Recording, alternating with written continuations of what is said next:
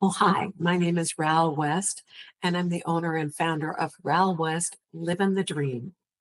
And you had a crisis in your business early on that you had a strong experience, and I want to hear about it.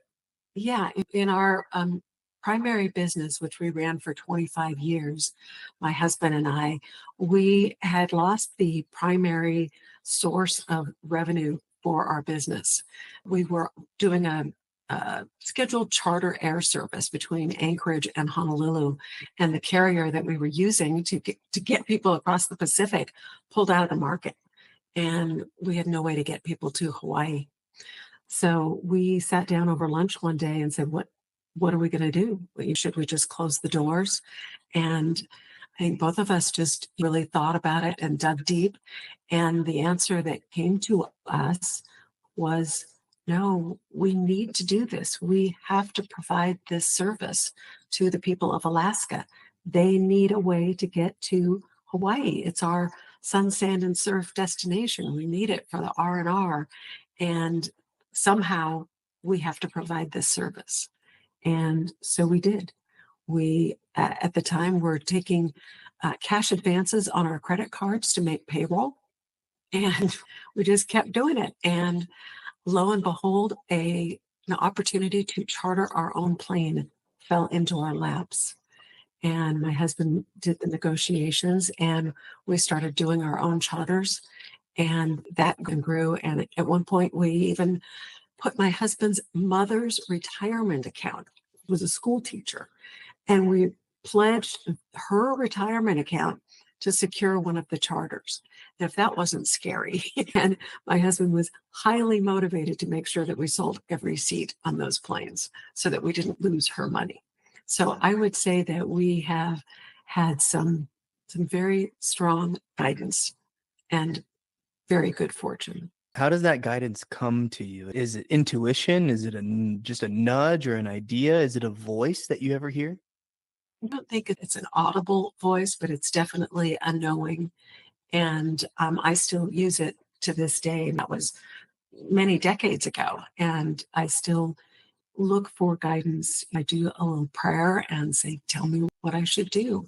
And in my current business, I know that I feel moved and guided to provide a service to entrepreneurs who are maybe struggling with just the burden of running a company where they have to have their fingers in all the pies, and they're tired, they're worn out, and they don't spend enough time with their family and with their friends, and they don't really have a life. Their business consumes them. And I know how to get them out of that. And it seems like no matter what, I need to provide a voice that can give them those options and tell them how to get out of this and live the life that they're truly meant to live. Well, don't hide the secret from us. Where do you start when you meet somebody who is in this rut where they're spinning their wheels, they're exhausted, they're not seeking that recovery, they're under a lot of stress, they feel like they're being chased by a tiger? Where do you Mhm. start with them? The very simplest thing to do is to take stock of how you're spending your time. What is it that is filling up your days and nights? And let's break that down and create some systems. Sometimes it's as simple as writing down processes and procedures and then outlining what it takes to get the job done, and looking for automation, looking for ways to simplify the tasks, looking for ways to delegate tasks, and learning how to delegate properly. I've had so many people tell me, I can't delegate anything because they won't do it right. I end up having to do it over myself. So it's like, that means that you're not delegating properly.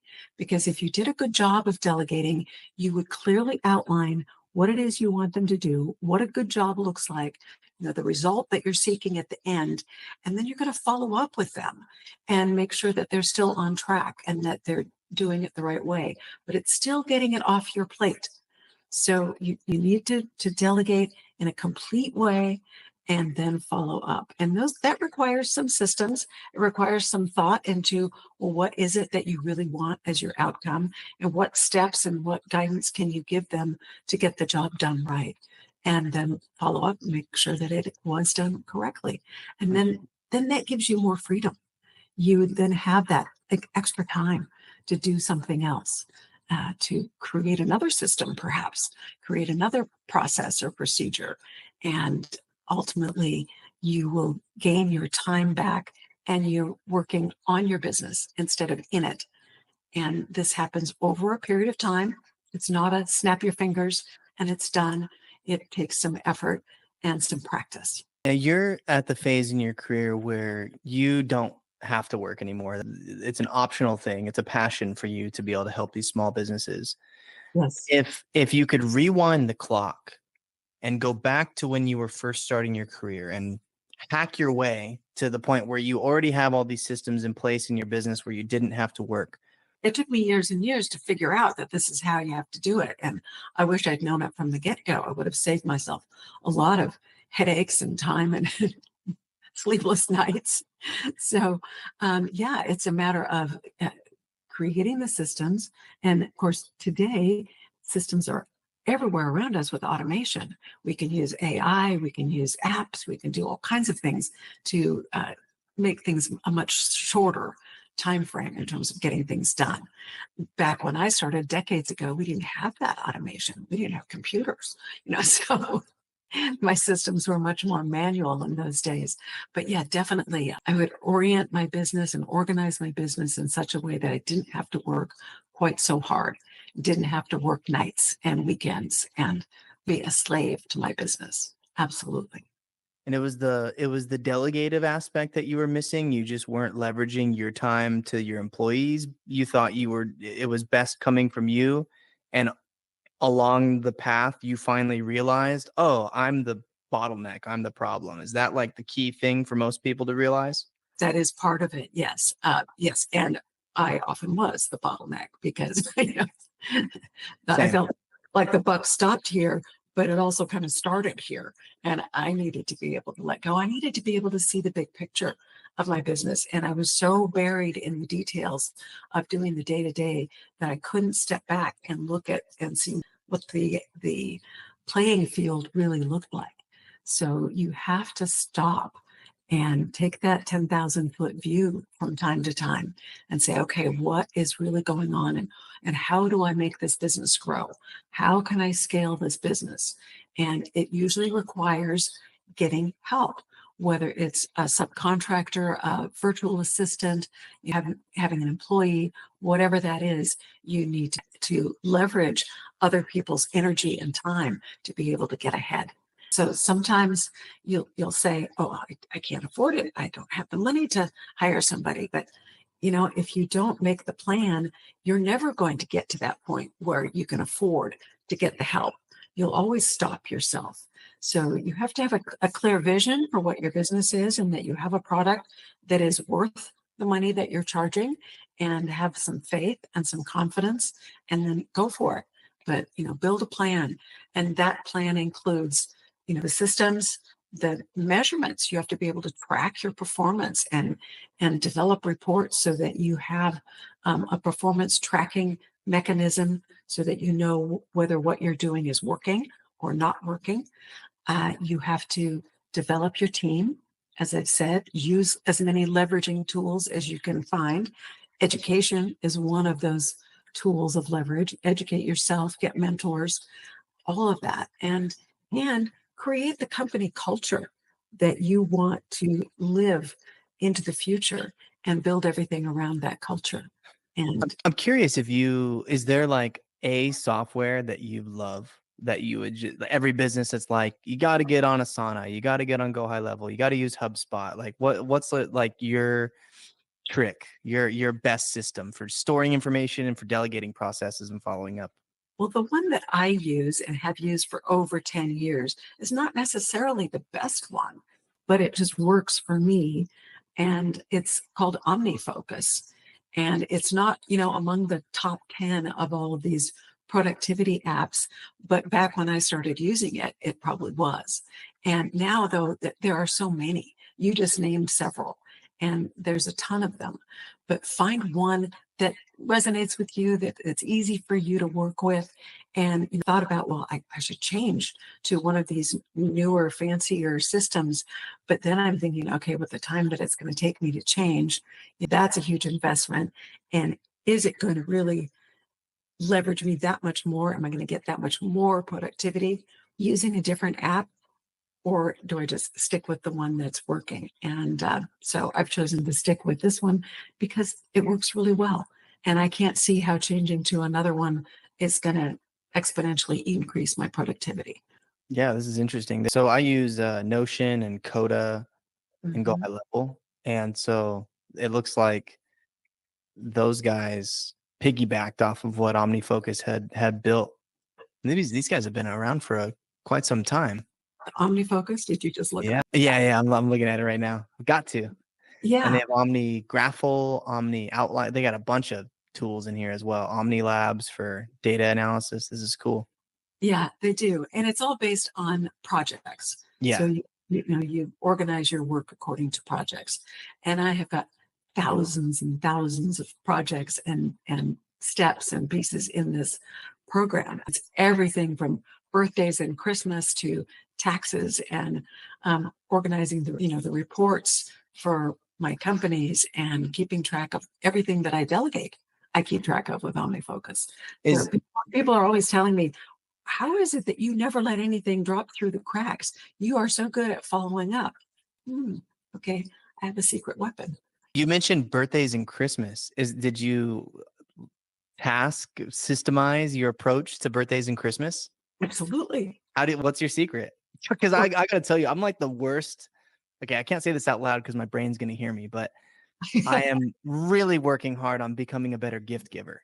Well, I'm not sure that it helps me with deciding what to give people, but I have a system for Christmas. I have a spreadsheet that I roll over year after year, and I keep track of everybody that I give gifts to. I put down what I've given them so that I can refer back and say, okay, well, I've already given that Mm, person this like 3 years ago. I gave them that, so I have to do something else this time. And I keep track of whether I've ordered it or delivered it or wrapped it and all of that. wow.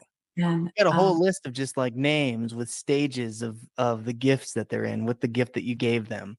yeah, and I So, code it to where, okay, this means ordered, this means wrapped, this means, received and so forth. It's a spreadsheet. It's Excel spreadsheet. that's great. Um, and then the birthdays, I just set up in my OmniFocus, everybody who's got a birthday in January, let's say, is in there. And each month I go through my list of whose birthday is that month, and I get the cards organized and sent to them. And of course, I use e-cards because that's the simplest and fastest way to do it. Mm, And I set them up in advance. So I can program all of the birthday cards for February today. And then that's yeah, done. smart. So I have a pivot unrelated. You mentioned sleepless nights. And I'm the type of person that if I miss a night of sleep, I'm taking the next day off. I just can't do it. I become the worst version of myself if I miss like 2 or 3 hours of sleep. So I know this about myself, so I have to plan for it. I got to eat right. I got to have my bedtime routine and make sure that I do the same thing. But one element that keeps people up, obviously, is stress, cortisol production in their body. And we've talked a lot on this show about breathing exercises and meditating and getting into nature. I'm curious what kind of tools you use to reduce stress in your life and to keep yourself, kind of on that focus line so that you are showing up your best and not letting anxiety dictate the decisions of your day. It's a tough one because no matter how organized you are, sometimes it does get stressful and sometimes things just seem to pile up. So, one of the techniques that I use is something I learned from Robert Kiyosaki a few decades ago. And that is like if everything is just in chaos, it's like a maelstrom, a whirlwind of leaves flying around you. And he said, just pick one leaf out of that cloud of leaves flying around your head and nail it down. Called it stable datum, and just get that and just do that. And then another one. And it's just like, you know, breaking it down and simplifying it, doing the piecemeal approach to handling this chaos. And that helps a lot. Just like get some clarity, get some stability in the world around you, and say, okay, then you can prioritize by saying, okay, which of these things are really important? Not just the ones that seem to be screaming at you with urgency, but which are the ones that are really going to move the needle in terms of getting me to that next point. And then you focus on that and just let yourself allow the rest of it to sit. Last question. What is your secret to a good life? I think positive attitude is pretty much 99% of the battle. You have to know that you're going to be okay no matter what. And you have to know that the answer will come to you and what you need to do. And you will be taken care of. Mm, And yeah. have that faith and the knowledge that you can do it. You can do just about anything you set your mind to. I went to Tony Robbins and I walked on hot coals. I didn't think I could do that. And I'm a fire walker. Firewalker West. I love it. Yeah. Raul, where can everyone find you? Well, I am on LinkedIn. I have a newsletter on LinkedIn that I would love for people to subscribe to. You can find me under Raul West on LinkedIn. And I also have a website, raulwest.com. And this is Raul's Success Principles. It's her newsletter, Yes. published weekly. Go on. We'll put a link to it in the description, but everybody go check it out. Raul, thank you so much for coming on the show. This has been the Pulse Ox Podcast. Please, if you found this episode valuable, give us a like on Spotify and share it with a friend.